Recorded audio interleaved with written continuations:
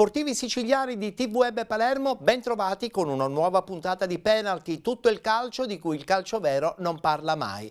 Dopo lo spazio dedicato al campionato di Serie D e al campionato di eccellenza nella puntata del mercoledì, quella del giovedì in onda alle 22 invece parlerà solo di promozione e di prima categoria. Pertanto iniziamo subito la nostra puntata e lo facciamo con il girone A del campionato di promozione.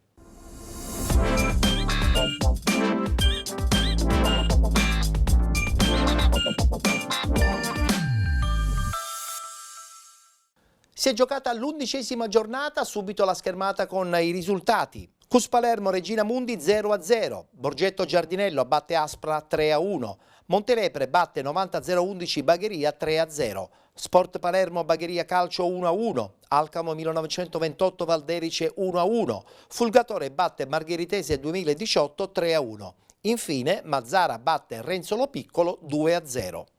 In classifica abbiamo la conferma della Bagheria di mister Tomasello, al primo posto con 28 punti, 26 punti Regina Mundi con 25 Montelepre, 19 punti Cus Palermo, 17 Alcamo 1928, con 16 Sport Palermo, 15 punti Aspra con 14 Borgetto Giardinello, 12 punti per Fulgatore Margheritese 2018, con 11 90-011 Bagheria, con 7 punti il Mazzara.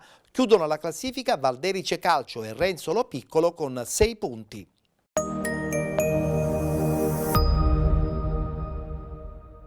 Un crocevia fondamentale per entrambe le squadre, oggi è un vero e proprio scontro diretto per la salvezza. Intanto la gara ha appena preso il via con il primo possesso proprio per la squadra ospite, in palla messa in mezzo, c'è il colpo di testa da allontanare, poi la palla resta lì, attenzione, la difesa del Terrasini si salva in qualche modo mettendo il pallone in fallo laterale, pallone messo in mezzo, c'è Vellutato che prova a controllare al limite, poi la palla per Foglia che ci prova da fuori, ancora Cristaldi che prova a metterla in mezzo, c'è...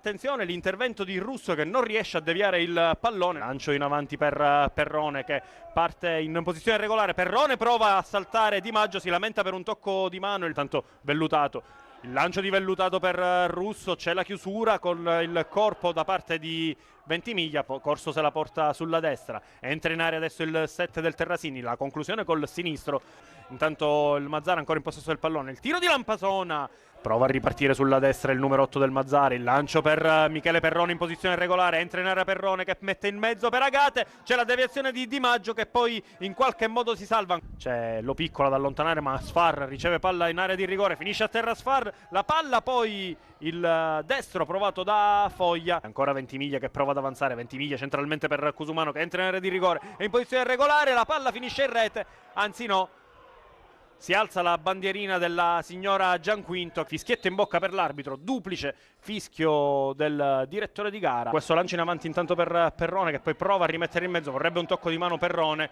si lamenta anche la panchina del Mazzara e anche il pubblico presente oggi all'Nino Vaccara, c'è intanto uno scontro aereo tra due giocatori, arbitro che va subito a sincerarsi delle condizioni. Tra gli applausi esce in barella il calciatore in maglia azzurra.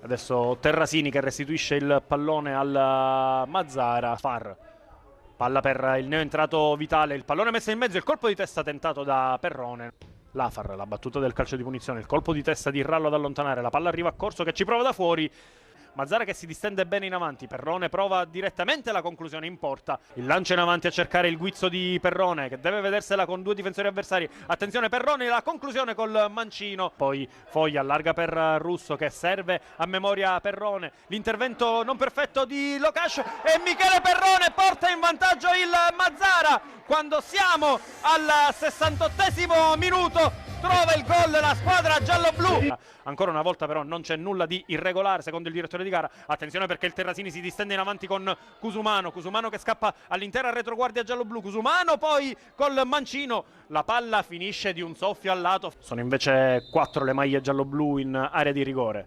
Batte Foglia, il pallone deviato da Rallo. Filippo Rallo, Filippo Rallo che sigla il gol del 2-0. e dunque raddoppia il Mazzara quando siamo al 74esimo minuto. Poi Lafar la tiene viva e serve sulla sinistra Davide Cusumano, ancora Cusumano che prova a entrare in area di rigore, il sinistro, poi la respinta di Giacalone che si supera, doppio intervento miracoloso di Giacalone e arriva adesso il triplice fischio del direttore di gara. Sentite in sottofondo anche l'entusiasmo del pubblico. Il Mazzara torna alla vittoria dopo 6 sconfitte consecutive, battuto 2-0 il Renzo Lo Piccolo Terrasini.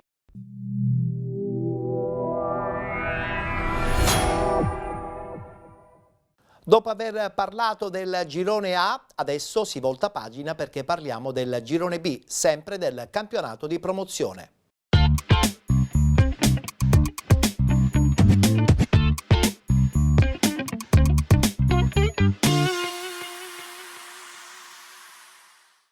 Anche qui 11ª giornata, subito i risultati. Atletico Messina Sant'Angiolese 0-0, Monforte San Giorgio batte Valdinisi Calcio 2-0, Città di Mistretta batte Città di Villafranca 4-2, il Messana 1966 che batte l'Orlandina Calcio 1-0, Città di Galati San Fratello Acquedolcese 1-1, Nuova Rinascita batte Aluntina 2-0, Sant'Alessio Promende Calcio 1-1. Il pareggio del San Fratello Acquedolcese permette alla squadra del Messana 1966 di allungare in classifica. La troviamo adesso al primo posto con 29 punti, con 26 San Fratello Acquedolcese, 23 punti Città di Mistretta, con 21 Città di Villafranca, 20 punti Monforte San Giorgio, con 19 Orlandina Calcio, 17 punti Promende Calcio, con 16 Sant'Angiolese e Valdinisi Calcio. 11 punti Atletico Messina, con 8 Nuova Rinascita, con 6 Città di Galati. Chiudono la classifica la Luntina con 4 punti ed il Sant'Alessio con 2.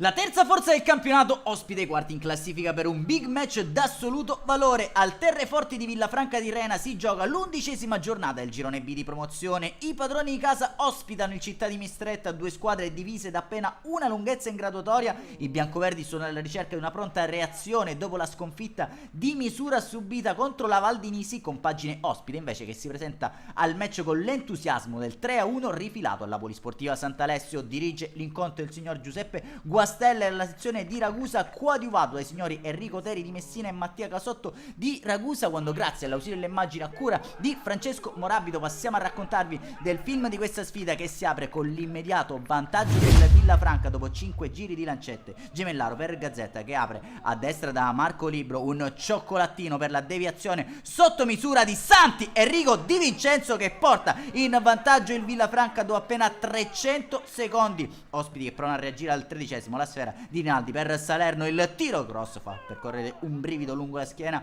di Taranto. Al 20esimo corner di Romeo, arriva Cordima sul secondo palo, però né Prince né Di Vincenzo trovano la deviazione sulla linea di porta. Minuto 28, Gazzetta per Malan, la sfera arriva a Di Vincenzo, serve Gazzetta, mancino sballato che sorvola la trasversale ai pali.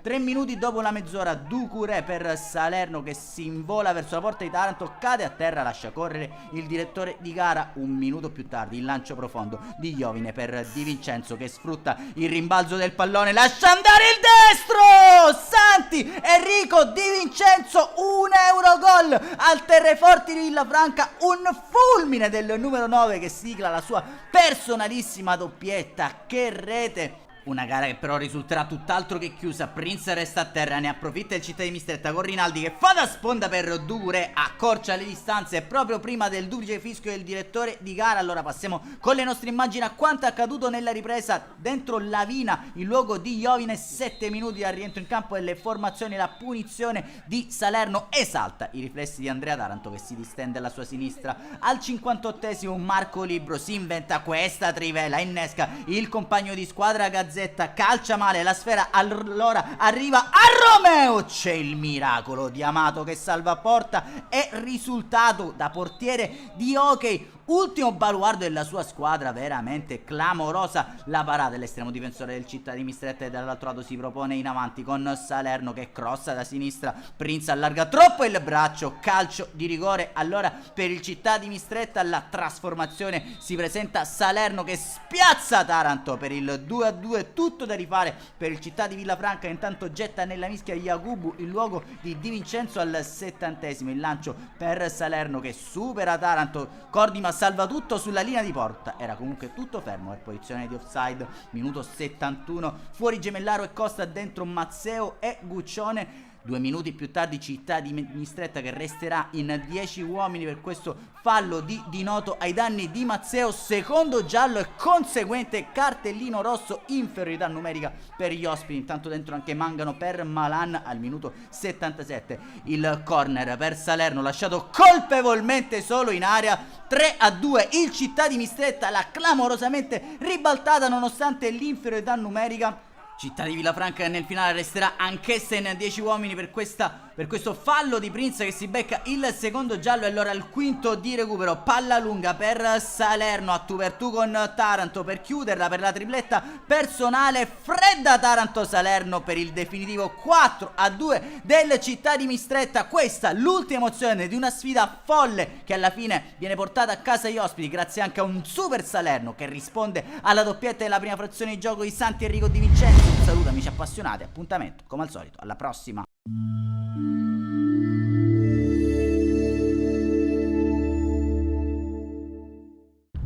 Con una prova di grande carattere il Monforte Valle del Mela supera anche la Valdinisi. La formazione di casa sbriga la pratica Valdinisi già nel primo tempo, provandoci subito, prima con Arico che di testa viene fermato in angolo dalla difesa biancorossa e poi con Isgro il cui sinistro trova la pronta risposta di Cacciola. Ospiti che rispondono al 26esimo con il destro ravvicinato di Savoca che costringe Campanella agli straordinari, ma al 32esimo il Monforte passa quando Assenzio raccoglie il cross di Laquidara e di testa anticipa Cacciola spianando ai suoi la strada verso la vittoria. Per Assenzio si tratta della sesta rete in campionato.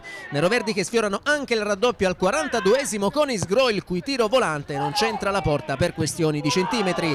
Raddoppio che i locali trovano comunque un minuto più tardi quando l'arbitro concede loro calcio di rigore per un fallo di mano in aria e dal dischetto ancora Assenzio non sbaglia facendo così Monforte 2 Valdinisi 0 e per il classe 87 doppietta personale, la seconda consecutiva, terza in campionato e che gli vale come settimo sigillo personale. Nella ripresa la squadra di Cambria gestisce il doppio vantaggio e alla fine porta a casa la sesta vittoria, terza casalinga in campionato e il punto numero 20 in classifica che proietta i neroverdi in quarta posizione, mentre la Valdinisi che si ferma dopo 4 successi di fila rimane ferma a 16 punti.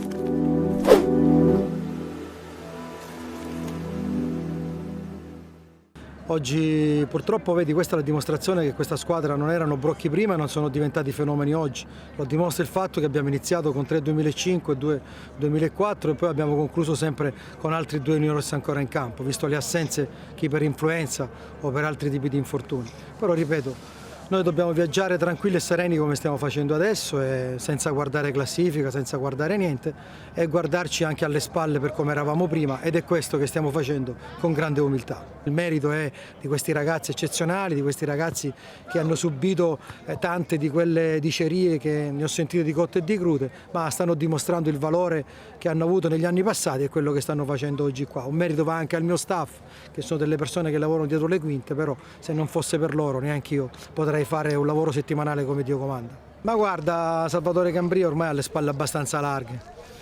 Ne sento di cotte e di crude, ormai faccio finta di nulla, hai detto benissimo tu, io vado avanti col lavoro settimanale, vado avanti lavorando in silenzio, in tranquillità, cercando di curare ogni mio particolare e fare stare bene questi ragazzi e farli divertire.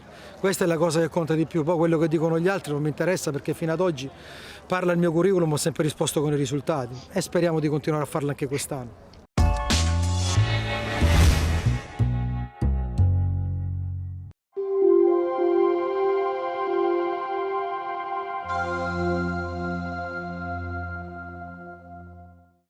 7 le lunghezze che dividono la quinta in classifica dalla vetta del girone B di promozione. Per questo motivo l'Orlandina ospita la Messana per cercare di fermare la capolista. I padroni di casa sono reduci però dall'amaro KO per 3-1 maturato sul campo della Sant'Angiolese. Sul fronte opposto i ragazzi di mister Cosimini sono in gran forma, puntano a consolidare la vetta dopo il 4-1 alla città di Galati e adesso tra le fila giallorosse c'è anche Peppe Rizzo. Vediamolo allora l'11 scelto dal tecnico milazzese per affrontare questa partita. Tanti gli infortuni, Messana che si schiera con Ferrara, Tricamo, Rizzo, Fragapane, Bonasera Giosuè, Ferraù, Gargiulo, Bonasera Giuseppe, Ventra, Arena e Barbera. Partiamo allora col film del primo tempo, passano 8 minuti. Peppe Bonasera avvia l'azione a sinistra servendo il compagno Arena, la combinazione con Barbera e la corsa sulla fascia sinistra dei giallorossi. Barbera da uno sguardo in mezzo mette il cross col contagiri sul secondo palo, c'è tutto solo Antonio Ventra e ancora una volta la stessa storia, 11 gol in 11 partite.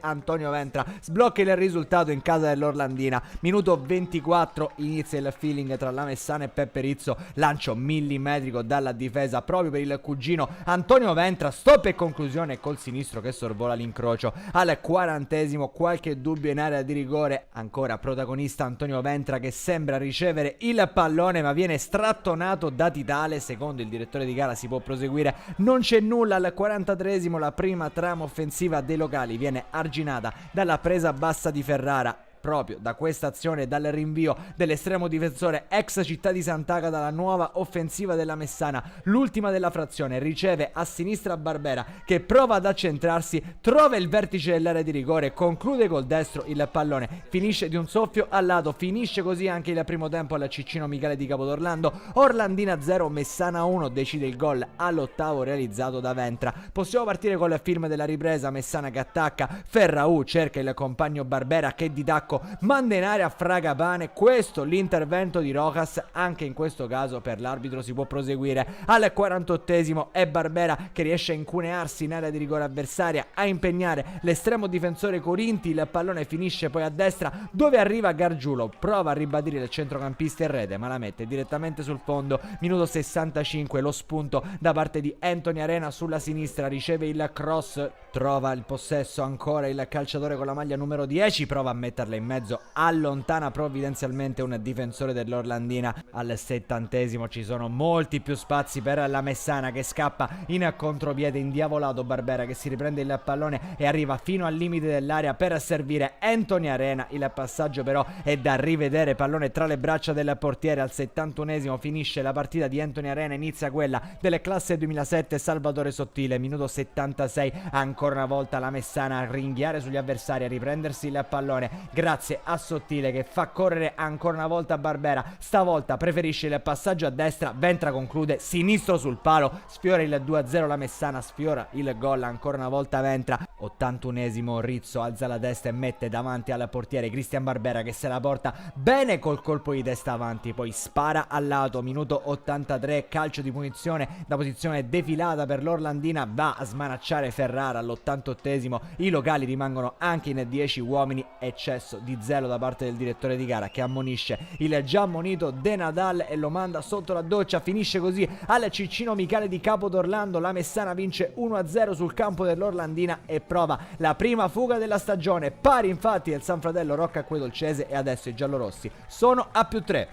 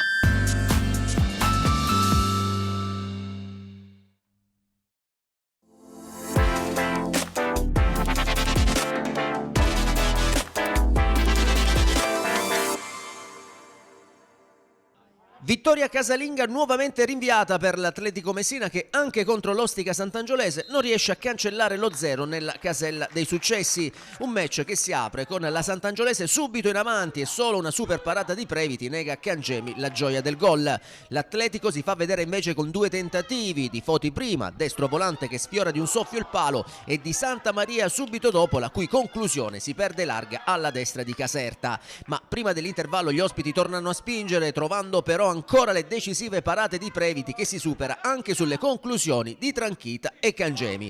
Nella ripresa sono nuovamente i biancoazzurri a rendersi minacciosi con Tranchita, che servito da Cangemi spara a fil di palo, e successivamente con Cangemi, il cui tiro da fuori mette in affanno Previti, che si salva anche sulla ribattuta di D'Amico. Poi però l'Atletico viene fuori e su un cross da sinistra di Santa Maria il difensore ospite Fantino per poco non rischia l'autogol, costringendo Caserta agli straordinari. Insiste la squadra di casa, ma né il colpo di testa di Cuscina prima né quello seguente di Gulletta poi riescono a bucare la porta biancoazzurra. La Sant'Angiolese però avrebbe la chance per il vantaggio con il neoentrato Lopresti, il cui tiro a colpo sicuro viene messo in angolo da Bonsignore, e con gli ospiti che reclamano un possibile rigore per un mani di Bonsignore, sul quale il direttore di gara dice di no. Ci crede la Sant'Angiolese ed è ancora Lopresti, ben servito da Spinella, a presentarsi in area messinese, ma il suo destro è bloccato in tuffo da Previti. Lo 0-0 finale consegna dunque all'Atletico il punto numero 11 in classifica, mentre la Sant'Angiolese si porta a quota 16.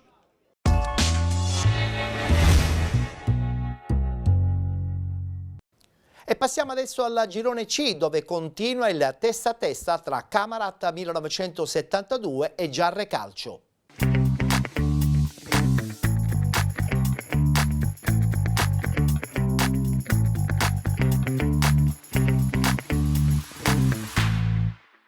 Subito i risultati di questa 11ª giornata. Belpasso 2014 batte San Pietro Calcio 3-0. Casteltermini batte Villarosa San Sebastiano 3-1. Aragona Calcio batte Serra di Falco 2-0.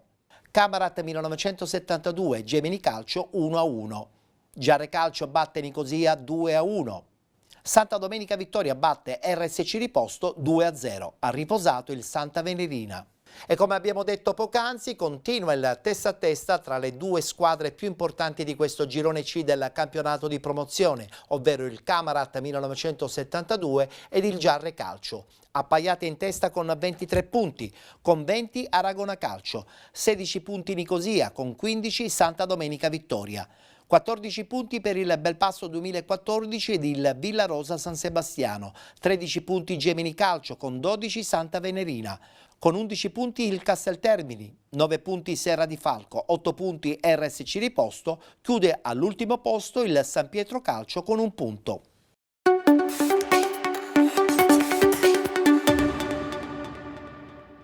Preservare il vantaggio sul secondo posto e magari tentare la prima fuga solitaria, ed è molto chiara in casa Camarat per l'11ª giornata del girone C di promozione. Sul terreno di gioco del Vito Di Marco i padroni di casa puntano a consolidare la propria posizione nel tentativo di fermare la rimonta del Giarre. Nell'ultimo turno è stata vittoria netta per 1-4 sul campo del Santa Domenica Vittoria. La squadra invece ospite, il Gemini, si trova a metà classifica ed è reduce dal 3-0 inflitto al San Pietro Calcio. La formazione dei locali vede in porta Vignone, a seguire Noto, Sclafani, Vizzini, Sanè, King, Lupo, Vaccaro, Marchica, Serio e Carioto. Risponde il Gemini con Demiere, Mangiapane, Di Benedetto, Miceli, Colley, Beca, Muratore, Ousu, Scrudato, Domenico e Velardi. Partiamo allora col film del primo tempo, passano 10 minuti, gli ospiti ci provano con un tiro di Scrudato che però non trova la porta. Minuto 15, Carioto appoggia per Vaccaro, va a calciare, blocca l'estremo difensore Demiere. Minuto 44, ancora una chance per il Camarat, punizione di Serio toccata con la mano da Scrudato. Per il direttore di gara però si può proseguire, rimane qualche dubbio su questo intervento in barriera. Finisce il primo tempo, le emozioni soltanto sugli spalti, ancora 0-0 tra Camarat e Gemini. Inizia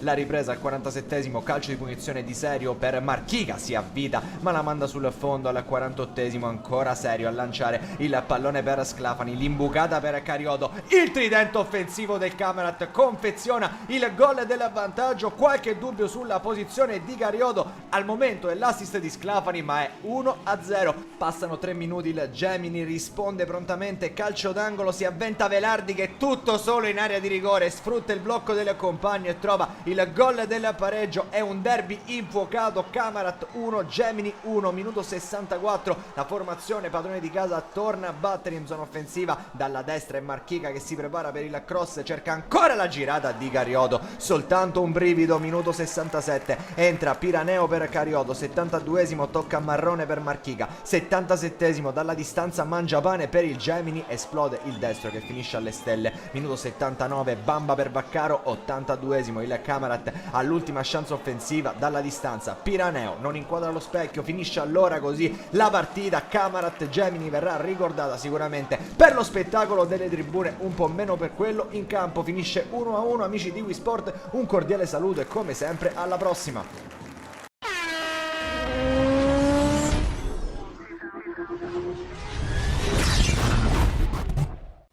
Dopo il girone C parliamo adesso del girone D, dove il Niscemi Calcio cade dopo 10 giornate.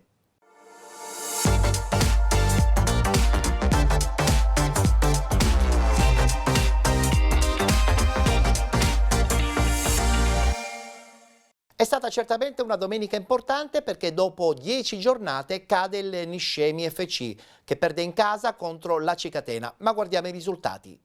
Aci Bonaccorsi Calcio, Noto Calcio 1-1, Atletico Megara batte Aci Galatea 4-1, Bigorgela batte Frigentini 2-0, Aci Catena Calcio che vince a Niscemi 1-0, così come il Priolo FC che vince in casa del Santa Croce. Città di Canicattini batte Pro Ragusa 1-0, Gimini Cascordia 2-0 contro lo Scicli. Rimane comunque, seppur sconfitto, il Niscemi al primo posto in questo girone D del campionato di promozione. Eccola qua la classifica. Niscemi FC 30 punti con 25 Atletico Megara, 22 punti Priolo FC, con 20 Pro Ragusa, con 19 Bigorgela, 16 punti Santa Croce, con 15 Noto Calcio ed Aci Catena Calcio, 13 punti Gimini Cascordia, 10 punti per Scicli e Città di Canicattini, 9 punti Aci Bonaccorsi Calcio, 8 punti per Aci e Galatea e Frigentini.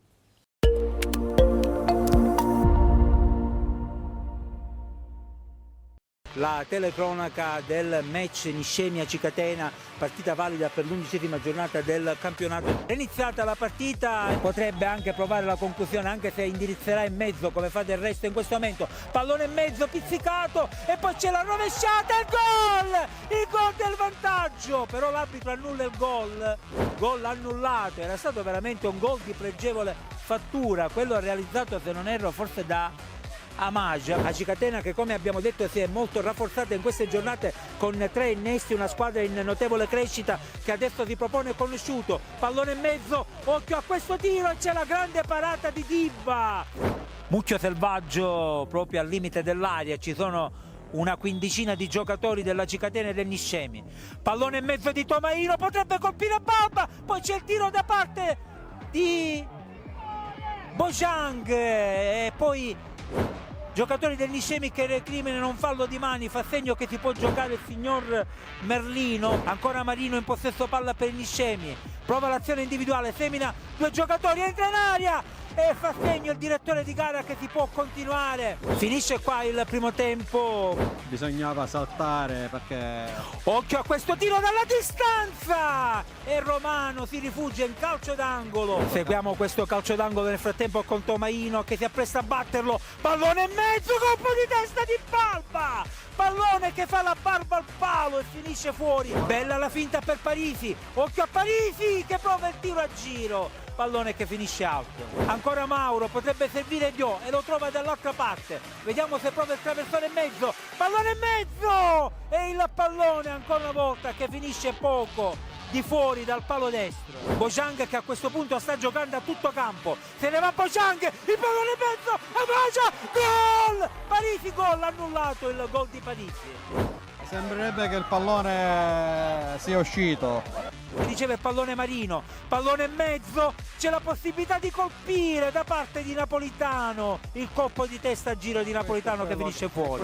Dall'altra parte di testa Torrisi, occhio a Carbonaro, ancora Carbonaro pericoloso che potrebbe colpire, Carbonaro, esce Dibba, la parata di Dibba e c'è il gol del vantaggio.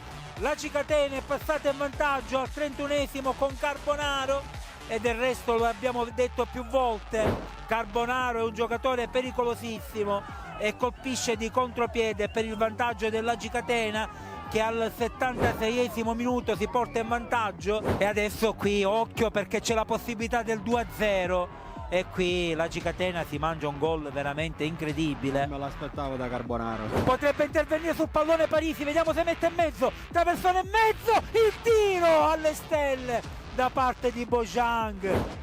Pallone che viene messo in mezzo, l'uscita e blocca. Zocco cambia gioco dall'altra parte.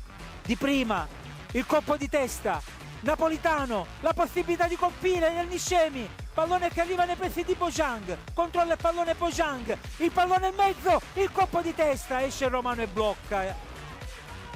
E fischia qua il direttore di gara. L'Agi Catena espugna il Pino Bongiorno di Caltagirone e vince 1-0, risultato a sorpresa clamoroso qui al Pino Bongiorno. Adesso si scatena una piccola rissa tra le due squadre, intervengono un po' tutti per placare gli animi. Agi Catena che vince 1-0, gol risolutivo al 76esimo di Carbonaro, e certifichiamo la prima sconfitta stagionale del Niscemi che arriva proprio tra le mura amiche.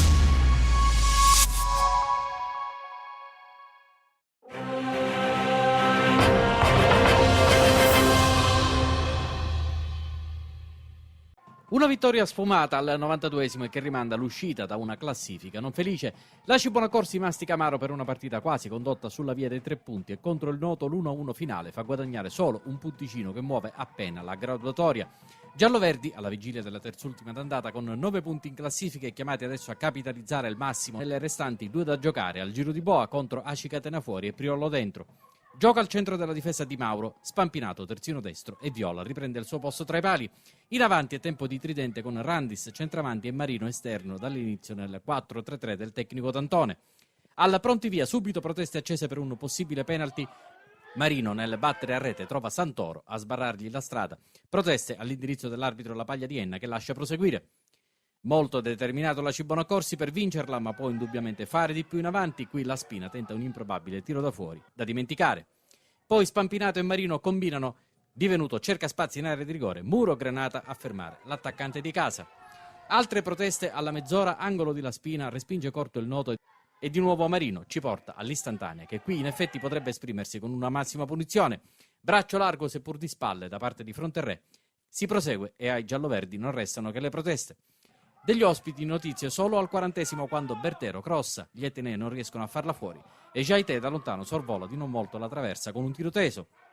Idem per Maisano su punizione, ottima la traiettoria, Cialbi ci mette il pugno ed è solo corner per i padroni di casa. La ripresa parte sostanzialmente sulla scia del primo tempo, ancora con le reti bianche. Fanno la partita i locali che subito mettono sotto pressione il noto. Sannè apre su Divenuto con l'aiuto di una deviazione. Palla in mezzo raccolta da Marino che palleggia, spalle alla porta, si coordina al meglio. Conclude con il destro, alto all'incrocio. Cambio tra attaccanti al 10° fuori Randis, dentro Conti. Il noto cerca di alleggerire la pressione al quarto d'ora.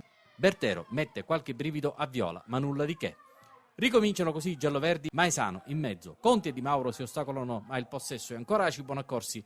Divenuto sterza e batte di destro, Cialbi salva tutto. Al 20° doppio cambio dentro Abramo per Sannè e Cucuzza per Marino. La spinta si fa sempre più incessante, proprio Abramo sotto porta su corner di La Spina non carica a dovere il tiro. Poi approfitta di un rinvio sbagliato del noto, quando sono trascorsi 3 minuti oltre la mezz'ora, raccoglie sulla 3/4, si beve un avversario, vede affiancato Fabrizio Conti che la gira di piatto senza effetti spettacolari ma con la giustezza opportuna per violare la porta avversaria e mandarla all'angolo. Al 33° Aci Bonaccorsi in vantaggio, primo gol in stagione per un'altra delle punte, 1-0 e a questo punto è quasi missione compiuta. Il noto non riesce a reagire, va al massimo a bussare con questo raso terra di Santoro che si perde sul fondo e dall'altro lato ancora i 2 protagonisti del gol in evidenza senza però centrare la porta. Arriviamo così ai minuti fatali. Calcio d'angolo Granata, l'Aci Bonaccorsi sembra dimenticarsi di Linares e solo per mera casualità non matura l'uno pari, che al 92° arriva puntuale e sempre per una marcatura non tenuta in considerazione su un avversario. Cross lungo da sinistra, Scorciapino di testa allontana e finisce col servire Lopizzo che tutto solo, da fermo e senza opposizioni, beffa Viola. 1-1 e nel recupero del recupero si spegne sui guanti del portiere ospite questa punizione di Maesano e con essa la possibilità di riagganciare il punto della gioia della Cibonaccorsi appena vanificato qualche istante prima.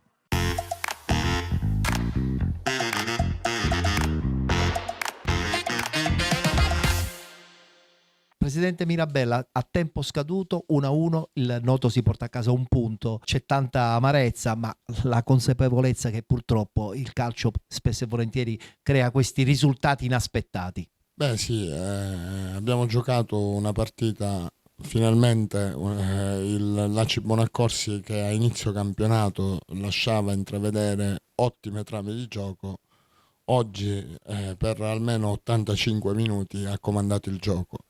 Sono dispiaciuto, amareggiato per il risultato, più che altro ancora una volta i ragazzi non riescono a risollevarsi a livello psicologico per un mero episodio. È stato solo un tiro in porta e hanno fatto gol. Ripeto, il dispiacere è tanto, in settimana cercheremo ancora di migliorare, persevereremo su questo, su questo andamento. 2 giornate al termine del girone di andata, adesso bisogna fare anche un po' i conti su questa prima parte della stagione. 2 partite impegnative perché comunque sono dirette concorrenti per la salvezza. Ripeto, non ho timore di nessuno, rispetto di tutti, ma paura per nessuno. Abbiamo una squadra che è chiaro che sia una squadra valida, competitiva, solo che da inizio anno ad oggi abbiamo solo avuto degli episodi sfavorevoli che hanno condannato 4-5 partite, compreso questa, visto il divario dimostratosi in campo fra le 2 squadre. Bisogna voltare pagina. Voltare pagina...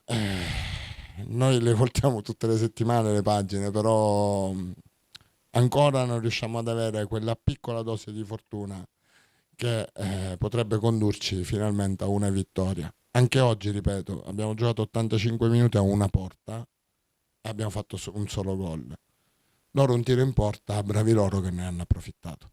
Bicchiere mezzo vuoto o mezzo pieno? Rimane il rammarico possibilmente di una vittoria che è sfuggita nel rush finale, ma prendiamo qualcosa di positivo da questa partita, credo, no? Sì, diciamo che c'è rammarico perché se nell'arco dei 90 minuti abbiamo meritato ampiamente di vincere. Quando non ottieni i 3 punti in questo modo, chiaramente c'è molta delusione, amarezza.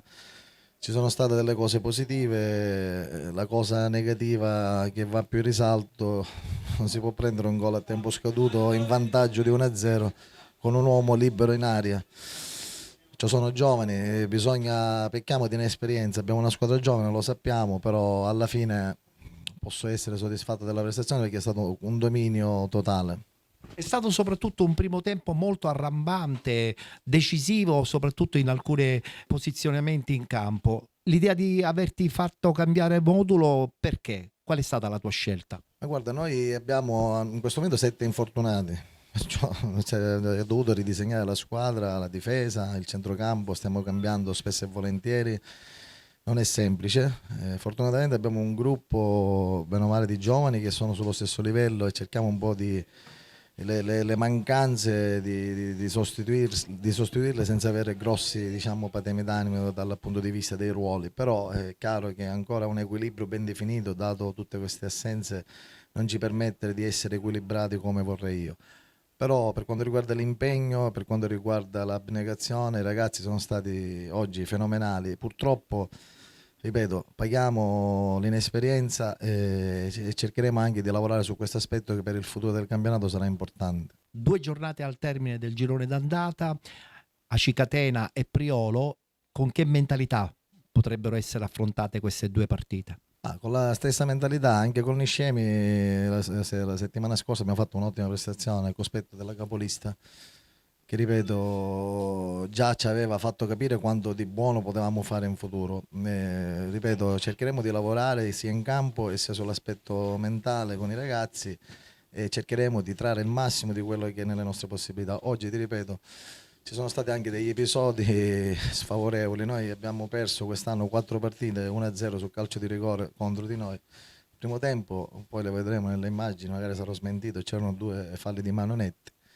Non so perché quando vedono a noi non ce li concedono, però alla fine posso dire che l'arbitro, a prescindere da questi episodi, l'ha condotta bene.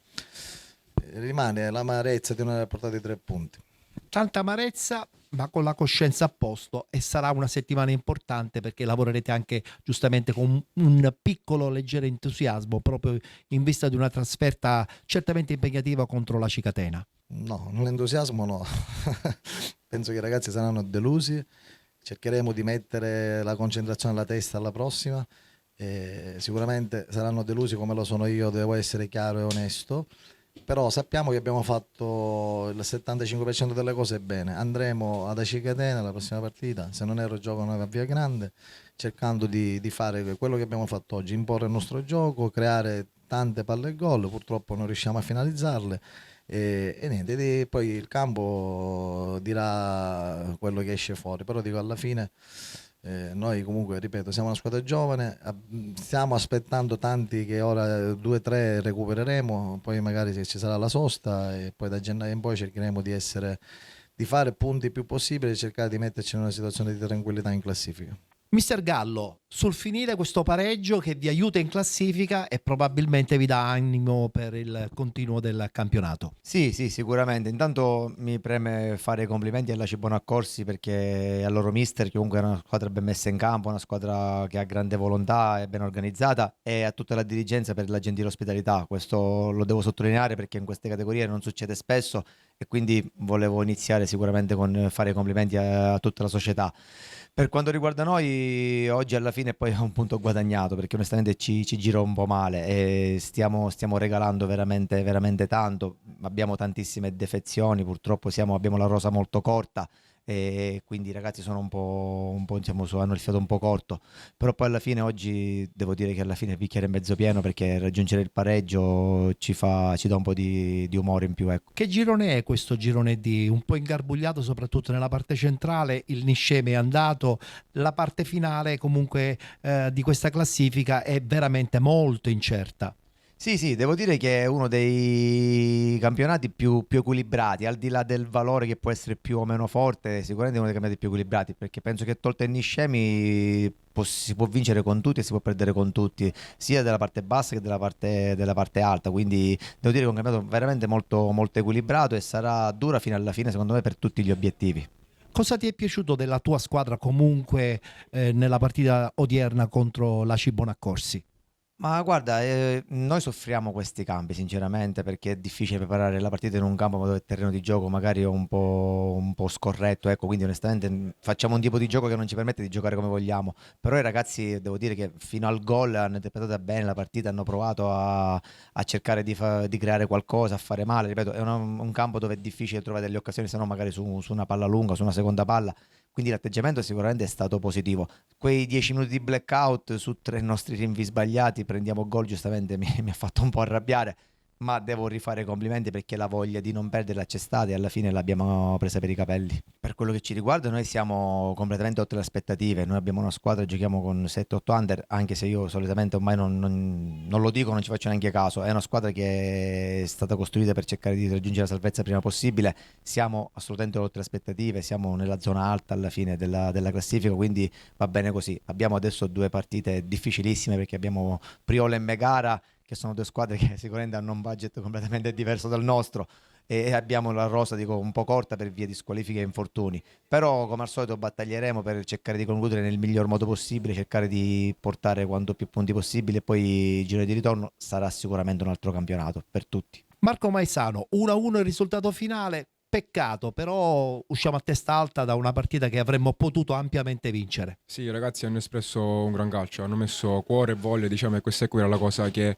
più contava, perché l'avevamo prefissato sia in allenamento che l'abbiamo espresso anche in altre partite. Oggi finalmente ho visto il vero cuore di questi ragazzi. È un cuore che deve assolutamente continuare su questa linea, punti importanti per la classifica.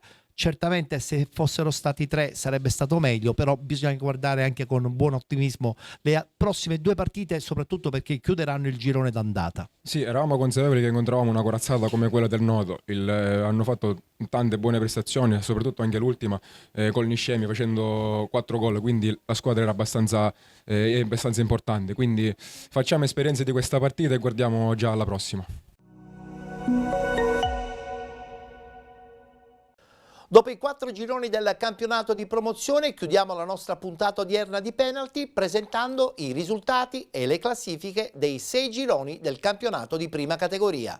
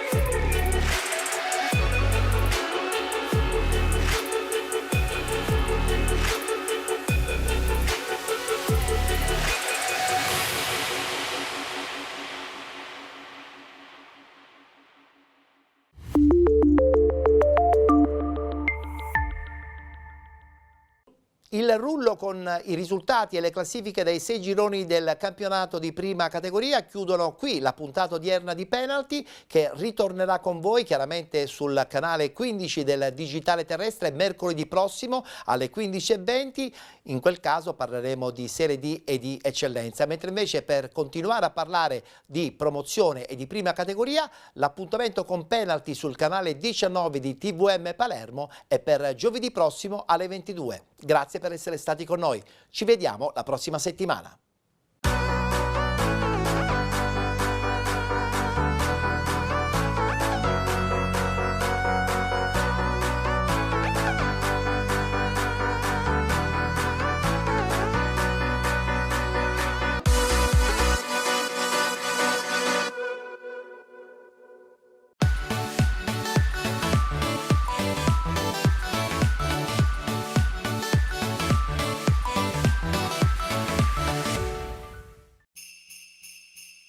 Auguri e buone feste dalla Giada Immobiliare.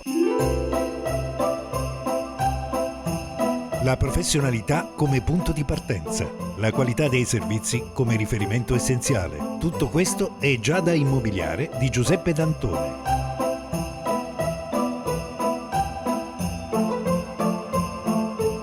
servizi di compravendita ed affitti, supporto per concessioni mutui e consulenza finanziaria ed inoltre assistenza a partecipazione ad aste giudiziarie e consulenza tecnico-legale. Giada Immobiliare, via Etnea 734, Catania. Info 095 61 74 981 oppure 095 61 74 973. Visita il sito con le nostre proposte www.giada-immobiliare.it. Il Natale da Giada Immobiliare è famiglia, è casa.